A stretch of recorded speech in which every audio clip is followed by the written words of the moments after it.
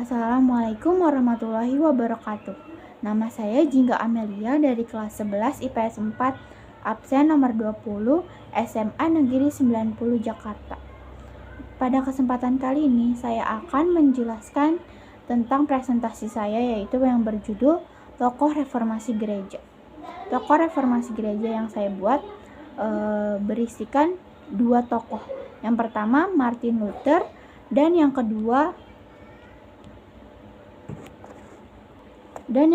adalah Johannes Calvin. Martin Luther, tokoh reformasi gereja, pelopor reformasi gereja adalah Martin Luther, seorang pastor dan guru besar Universitas Wittenberg di Shenzhen, Jerman. Gereja ini dinamai Semua Orang Suci, karena disinilah disimpan koleksi-koleksi religius sucinya. Gereja ini berfungsi sebagai biara Augustinian dan universitas. Dalam melakukan tugas-tugas inilah pastor muda itu diperhadapkan dengan berbagai akibat yang timbul ketika orang biasa harus mendapatkan indulgensia atau pengampunan dosa. Selain tugas-tugasnya sebagai seorang profesor, Martin Luther melayani sebagai pengkhotbah dan penerima pengakuan dosa di gereja Kastil, fondasi dari Frederick yang bijak, pemilih dari Saksoni. Gereja ini pernah dinamai Semua Orang Suci, karena disinilah disimpan koleksi religius sucinya. Luther menganggap penjualan indulgensia ini sebagai penyelewengan yang dapat menyesatkan umat, sehingga mereka hanya mengandalkan indulgensia itu saja dan mengabaikan pengakuan dosa dan pertobatan sejati. Luther menyampaikan 3 khotbah menentang indulgensia ini pada tahun 1516 dan pada tahun 1517. Yang kedua adalah Johannes Calvin. Johannes Calvin merupakan tokoh penting lainnya dalam gerakan reformasi gereja.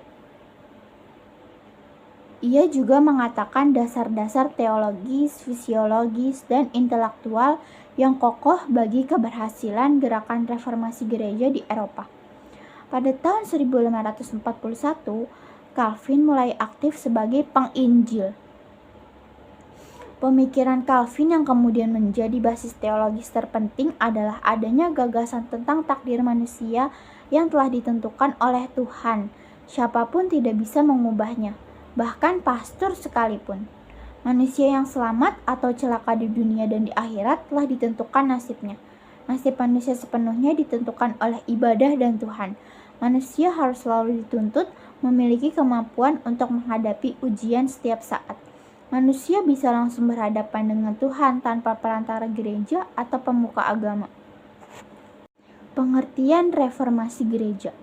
Reformasi gereja adalah gerakan reformasi umat Kristiani Eropa yang menjadikan Protestanisme cabang tersendiri dalam agama Kristen pada masa itu. Gerakan ini bermula pada 1517, tatkala Martin Luther mempublikasikan 95 tesis, dan berakhir pada 1848 dengan perjanjian Westphalia yang meredakan perang agama di Eropa.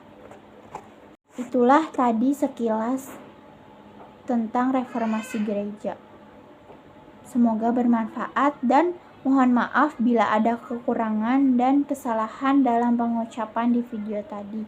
Wassalamualaikum warahmatullahi wabarakatuh.